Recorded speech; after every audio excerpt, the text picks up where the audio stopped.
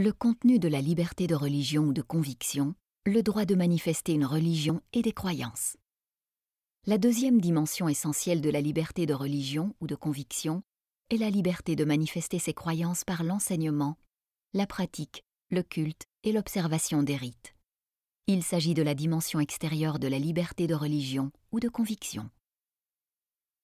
À la différence du droit d'avoir une religion ou une conviction ou d'en changer, le droit de la manifester n'est pas absolu. Ce droit peut être limité à certaines conditions. Manifester signifie exprimer sa foi ou ses convictions en parole et en acte. Le droit international des droits de l'homme donne aux personnes le droit de le faire publiquement ou en privé, seul ou à plusieurs. Vous avez le droit de prier en privé et d'exprimer votre religion ou vos convictions dans le cadre d'une communauté avec des célébrations et des traditions collectives. En outre, cette communauté dispose également de droits, pas des droits sur ses membres, mais des droits vis-à-vis de l'État. L'un des droits les plus importants oblige l'État à permettre aux communautés religieuses ou de conviction qui le souhaitent de pouvoir obtenir une personnalité juridique pour qu'elles puissent posséder des comptes bancaires et des bâtiments, employer des personnes et diriger des institutions. Les individus et les groupes peuvent pratiquer ou manifester une religion ou une conviction de nombreuses manières. Les experts de l'ONU ont fourni beaucoup d'exemples d'activités qui sont protégées. Se réunir pour le culte, célébrer les fêtes et observer les jours de repos. Porter des vêtements ou signes religieux et suivre des régimes spéciaux. Disposer de lieux de culte, de cimetières et afficher des symboles religieux. Jouer un rôle dans la société, par exemple en formant des associations caritatives. Enseigner, parler de la religion ou des convictions et former ou nommer des dirigeants. Écrire, publier et diffuser des textes relatifs à ses croyances. Recueillir des donations volontaires. Et communiquer sur des questions liées à la foi au niveau national et international. À ce stade, vous pouvez penser « Très bien, c'est exactement le genre de droit que je veux pour ma communauté. » Mais vous pourriez aussi vous inquiéter.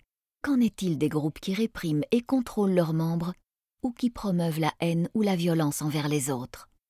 Sont-ils libres de répandre et de pratiquer leurs convictions? Sur ce point, voici 2 éléments de réponse. L'article 5 du Pacte international relatif aux droits civils et politiques interdit l'utilisation d'un droit pour en détruire d'autres. Ainsi, la liberté de religion ou de conviction ne donne la permission ni à l'État, ni à aucune personne ou aucun groupe de réprimer les gens, d'inciter à la violence ou de commettre des actes violents. Bien entendu, de nombreux gouvernements et groupes emploient pourtant la force ou la répression. Mais la liberté de religion ou de conviction ne leur en donne pas le droit. Au contraire, elle existe pour protéger celles et ceux qui font les frais de la répression et de la violence. Ensuite, bien que le droit d'avoir et de choisir ses convictions ne puisse être restreint, le droit de manifester ou de pratiquer une religion ou une conviction peut l'être. Cependant, l'article 18 stipule qu'il ne peut être restreint que dans le respect des 4 règles suivantes. La restriction doit être prévue par la loi. Elle doit être nécessaire à la protection d'autres personnes, non discriminatoire et proportionnée aux problèmes qu'elle cherche à résoudre. Ces règles sont d'une grande importance. Sans elles, les gouvernements pourraient restreindre tout groupe ou pratique qui ne leur convient pas. Les limitations sont censées être utilisées en dernier recours et non comme un instrument de contrôle de l'État. Malheureusement, de nombreux gouvernements ignorent ces règles et il existe d'innombrables exemples de violation du droit de manifester sa religion par des États. Les réglementations qui limitent la constitution de la personnalité juridique des organisations sont un problème majeur. Certains gouvernements exigent une autorisation et subordonnent le droit de pratiquer une religion ou une conviction au fait d'être enregistré. Cela viole le droit international. L'enregistrement ne devrait jamais être une condition préalable pour le droit de manifester sa religion ou sa conviction. L'enregistrement devrait exister pour fournir une personnalité juridique aux communautés qui en désirent une. Souvent, les gouvernements qui interdisent aux communautés non enregistrées de manifester leur religion ou conviction ont également des réglementations qui visent à réduire la capacité des groupes à s'enregistrer. Toute activité religieuse non enregistrée est par exemple interdite au Kazakhstan et de nombreux groupes n'ont pas obtenu l'enregistrement.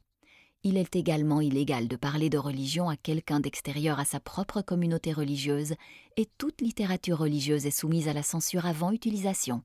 Cela concerne toutes les communautés religieuses. Les gouvernements restreignent la pratique religieuse de bien des manières. Le gouvernement vietnamien utilise des points de contrôle pour empêcher les bouddhistes Oahu d'accéder à leur unique pagode.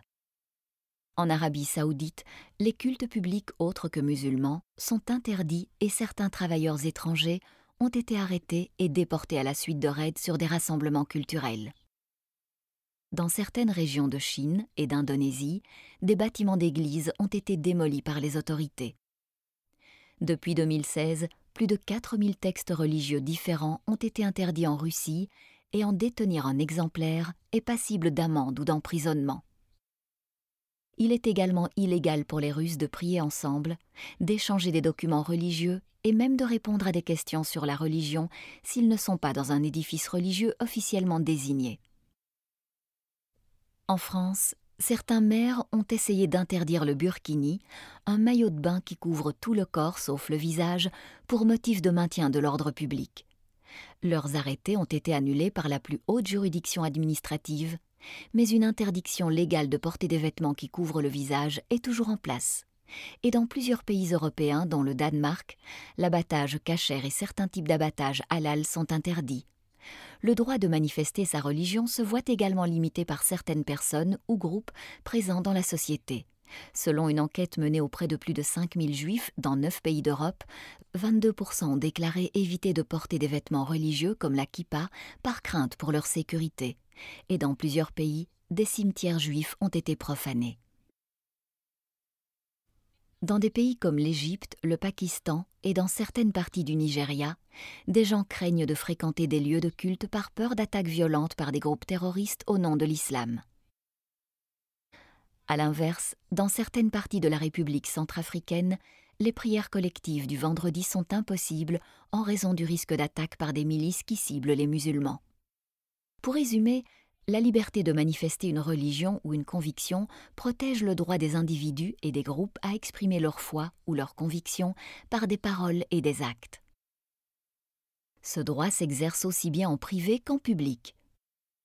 Les textes de référence sur les droits de l'homme fournissent beaucoup d'exemples de pratiques protégées.